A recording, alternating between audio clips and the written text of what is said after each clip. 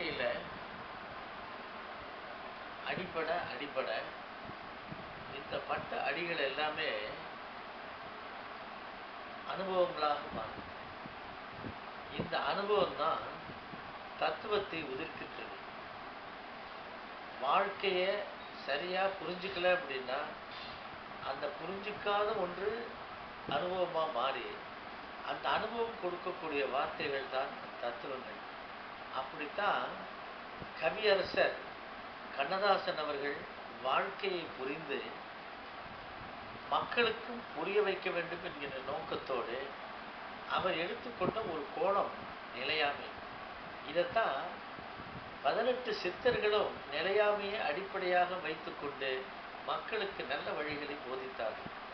அப்படி கண்ணதாசன் அந்த வழியை கையாண்டு அழகா சொல்றார். அவர் பட்டத்து செட்டியார் ஒரு செய்தியை சொன்னார். இருப்பது பொய், போவது மெய் என்று எண்ணி ஒருத்தருக்கும் தீங்கினை உண்ணாதே நெஞ்சமே. வருத்த தொந்தி நம்மதென்று நாம் இருக்க நாய் நரிகள் பேய் கழுகு தம்மதென்று தாம் இருக்கும் காண பிடிப்பார். அதாவது ஒருத்தர் நீண்ட காலம் ரொம்ப வருஷம் இருப்பான், உயிரோடு இருப்பான், அவனுக்கு மரணமே இல்லைங்கிறது பொய்யே, போவது மெய், ஒரு நாள் அவன் மரணித்து போவான் அப்படிங்கிறது தான் உண்மை அப்படிங்கிறத பட்டத்தார் அழகா சொன்னார். அதை வாழ்க்கையில் எப்படி கொண்டாந்து புகுத்துறாரு அப்படின்னா, அதே பட்டினத்தார் இந்த நிலையாமை எப்படி சொன்னார் அப்படின்னா, அத்தமும் வாழ்வும் அகத்து மட்டே விழி அன்பொழுது மெத்திய மாதரும் வீதி மட்டே விம்மி விம்மி இரு கைத்தலம் மேல் வைத்தழும் மைந்தரும் சுடு காடு மட்டே பற்றி தொடரும் இருவினை புண்ணிய பாவமுமே அப்படின்னா, ஒருவன் இறந்த பிறகு அவனை பின்தொடர்ந்து வருவது அவன் செய்த பாவ புண்ணியங்கள் தான் அப்படின்னு பட்டத்தார் அழகா சொன்னார். இதை கண்ணதாசன் எளிமைப்படுத்தி, அத்தம்னா செல்வம்னு அர்த்தம், அத்தமும் வாழ்வும் அகத்து மட்டே வீடு வரை உறவு விழி அன்பொழுக மெத்திய மாதரும் வீதி மட்டே வீதி வரை மனைவி விம்மி விம்மி இரு கைத்தலம் மேல் வைத்தழும் மைந்தரும் சுடு காடு மட்டே காடு வரை பிள்ளை. பட்டினத்தாரு கடைசி வரை எது வரும் அப்படின்னா பற்றி தொடரும் இருவினை புண்ணிய பாவம்னு சொன்னாரு. ஆனால் கண்ணதாசன் சிந்திக்க வைத்தார், கடைசி வரை யாரோ அப்படின்னு.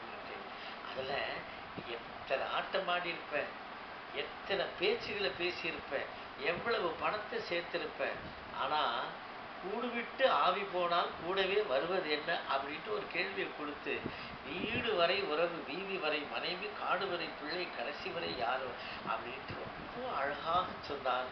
அதை பாடலில் கவியரசர் புனைந்து கொடுக்க இசையரசர் என் வழிபாட்டுக்குரிய ஆசான் பத்மஸ்ரீ டி.எம். சௌந்தரராஜன் அவர்கள் என் அழகா தன்னுடைய குரலை கொண்டாந்து புரிய வைக்கிற மாதிரி பாடினார்.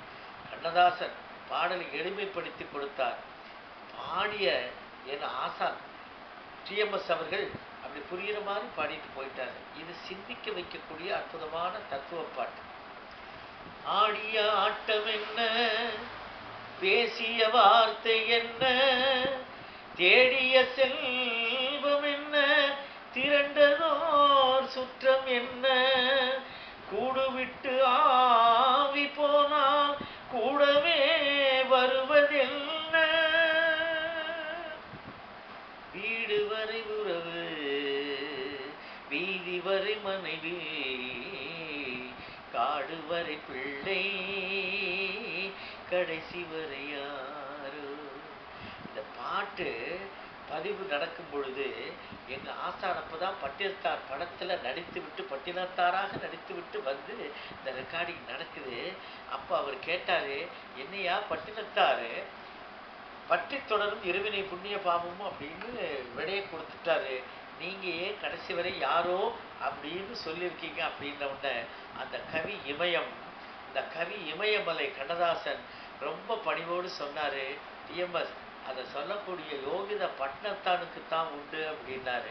அப்போ அவருடைய பணிவு அவருக்கு அற்புதமான உயர்வை கொடுத்தது என்பதை நான் இந்த இடத்துல இந்த செய்தியை எல்லாரும் தெரிஞ்சுக்கணுங்கிறதுக்காக பதிவு செய்ய விரும்புகின்றேன்.